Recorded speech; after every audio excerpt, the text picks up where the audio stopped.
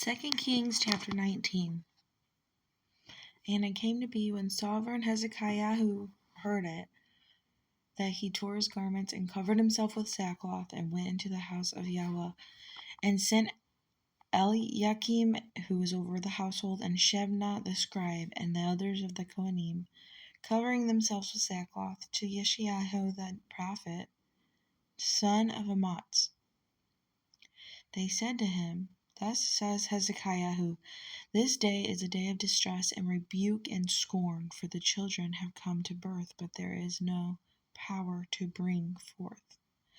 It could be that Yahuwah your Elohim hears all the words of the Rabshakeh, whom his master, as the sovereign of Ashur, has sent to reproach the living Elohim, and shall rebuke the words which Yahuwah your Elohim has heard.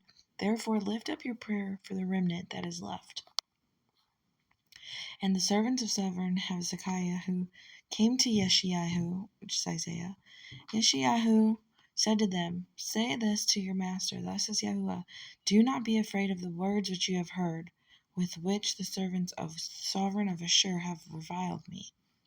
See, I am putting a spirit upon him. He shall hear a report and return to his own land, and I shall cause him to fall by the sword in his land. And the Rabshakeh returned and found the sovereign of Ashur fighting against Libnah, for he had heard that he had left Lachish. And when the sovereign heard concerning Tirhakah, sovereign of Cush, see, he has come out to fight against you, he again sent messengers to Hezekiah, saying, Speak to Hezekiah, sovereign of Judah, saying, Do not let your Elohim, in whom you trust, deceive you, saying, Jerusalem is not given into the hand of the sovereign of Ashur. See, you have heard what the sovereigns of Ashur have done to all the lands by putting them under the ban. And are you going to be delivered? Have the mighty ones of the nations delivered those whom my fathers have destroyed, Gazan and Haran and Redzeph and the sons of Eden who were in Telassar, wherein the sovereign of Hamath, and the sovereign of Arpad, and the sovereign of the city of Sepharwaim, Hena and Ewa? Hezekiah received the letters from the hands of the messengers and read them, and went up to the house of Yahuwah, and Hezekiah spread it before Yahuwah.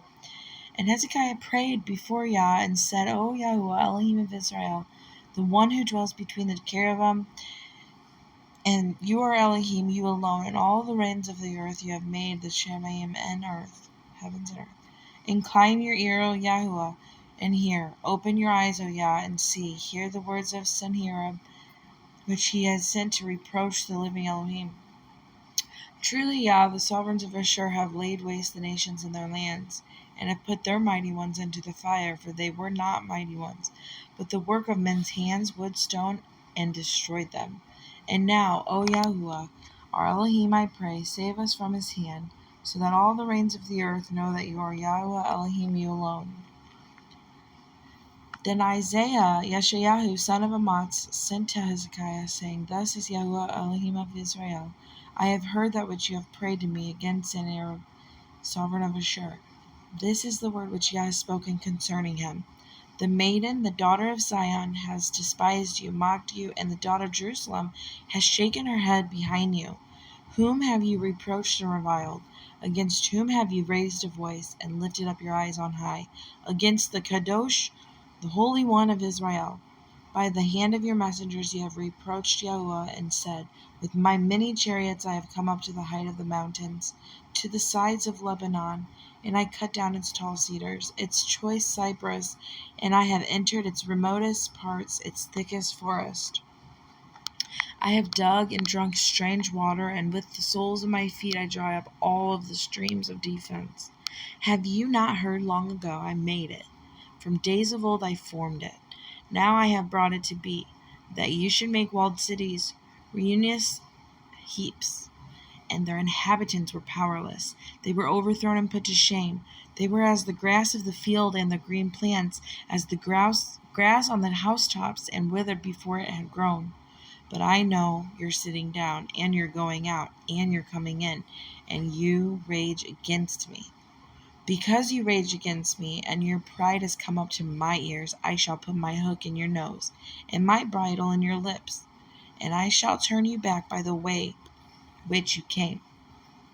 And this is the sign for you. This year you eat what grows of itself, and in the second year what springs from that, and in the third year you sow and reap and plant vineyards and eat their fruit.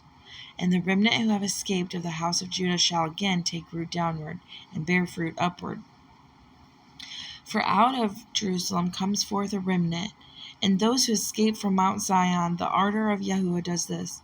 Therefore thus says Yahuwah concerning the sovereign of Ashur, he does not come into the city, nor does he shoot an arrow there, nor does he come before it with shield, nor does he build a siege mound around against it.